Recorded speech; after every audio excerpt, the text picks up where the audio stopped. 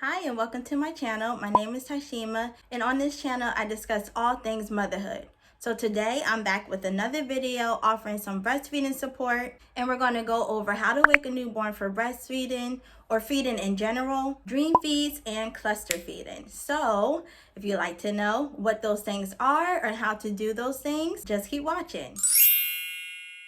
So a newborn typically eats every 2 to 4 hours, and if you are breastfeeding, newborns especially eat or nurse a little bit more often than formula fed babies. So a breastfeeding baby typically eats or will need to eat every 1 to 3 hours, and by newborn I mean between the ages of when they're born to up to 3 months. So I have 5 gentle ways that you can wake a newborn for feeding, because you really want to make sure that they are eating regularly, because that will help them to grow, especially when they have lost a little bit of their birth weight, to get back up to their birth weight and then beyond that in those first few months. So one way to wake a newborn baby for breastfeeding is a diaper change. So some people like to do the diaper changes before they feed their baby, and some people like to do it after. Of course, it's personal preference, whatever is the easiest for you or makes the most sense for your routine.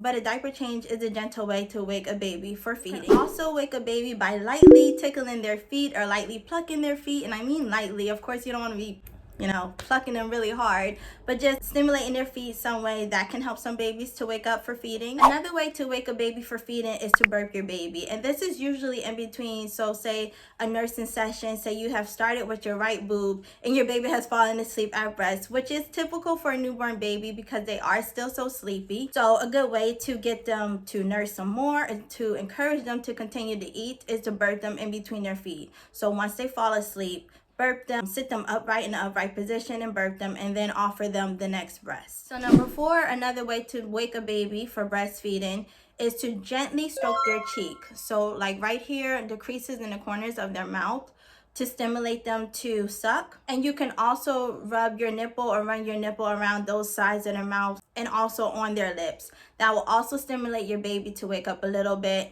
or at least to eat, because you are stimulating the rooting reflex. Then the last way that I have for you to gently wake your baby for breastfeeding is to strip them down to their diaper. So of course that cold air is going to wake them up. The motions of taking their clothes off is going to wake them up. So stripping them down, if they are a really hard baby to wake up, that usually helps to strip them down, and then you can do skin to skin with them and nuzzle with them, and then they'll smell you, they'll smell your milk, and that can also encourage them to wake up for feeding as well. And then once your baby is uncovered and you are nursing, of course put a blanket over you and over the baby so that they stay warm while they're eating, and you don't have to worry about putting their clothes back on in that moment. You can put their clothes back on after they are done eating. Moving on to the next portion is dream feeds. So what are dream feeds? So dream feeding is actually feeding your baby while they're still asleep, semi-sleep, to encourage them to sleep a longer periods of time. And it's like a gentle form of sleep training. So basically you're using your baby's natural rhythm sleep cycles,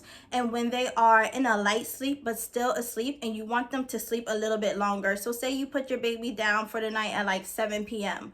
but your baby normally wakes up at 10 and wants to eat. You can feed your baby around like 9:30 to ward off them waking up at 10 o'clock, or maybe before you get into bed yourself, you'll take your baby and breastfeed your baby, and that sometimes can encourage them to sleep longer. So they're not actually waking up fully on their own. You're feeding them while they are still sleeping, and that can help them to sleep just a little bit longer. So my experience with dream feeds, and it was very successful for me, when I went back to work with my first, she was 6 months old, and she still was eating kind of regularly throughout the night, but I knew that I needed her to sleep throughout the night while I was going at work. So before I went to work, I would put her down for her normal time, about 7 o'clock. But before I headed out to work at around like 8:30, I would take her and feed her. She was still asleep at this time. I would feed her, nurse her on both breasts, and then put her back down. And then she would stay asleep until I got home from work, in which I would feed her as soon as I got in. So it worked perfectly for us. And if you are looking for gentle ways to encourage your baby to sleep through the night, this is one way. Dream feeds are one way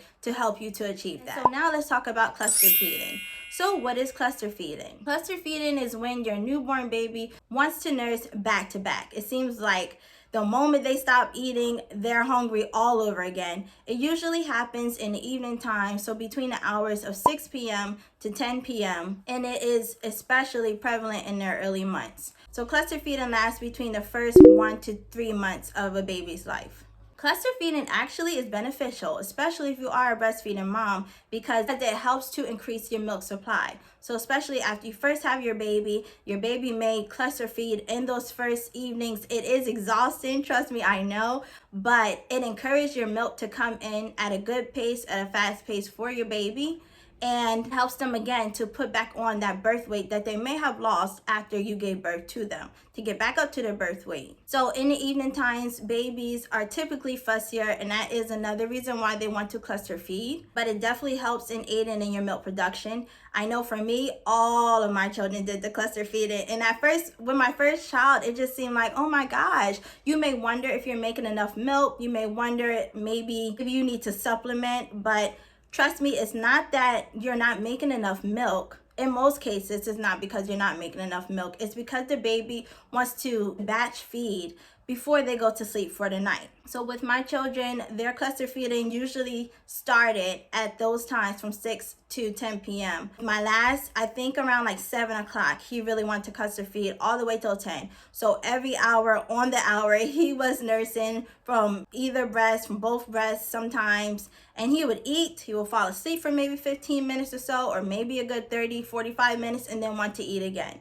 So if you are breastfeeding, remember one of the good things, or one of the most important things about breastfeeding, is you want to put your baby to nurse as often as you can. Whenever they are showing signs that they want to eat, whenever they look like they want to breastfeed, just put them up to the breast, and that definitely will help to maintain your milk supply and keep your milk supply up. In most cases, it's not because you aren't producing enough milk. This is just something that newborn babies do, especially if they are breastfeeding. So that's all for this video. Some gentle ways to wake your newborn baby to nurse, dream feeds, and cluster feeding. I hope that this video was helpful. Maybe you haven't heard these terms before, or maybe you have and you didn't know exactly what they meant. I hope that this video will be helpful for you. Remember, breastfeeding is super rewarding, but of course sometimes there are some hiccups along the way. So hopefully this video will help you out on your breastfeeding journey. Thank you so much for watching today, and remember to let your story be your power. And I'll see you in my next video.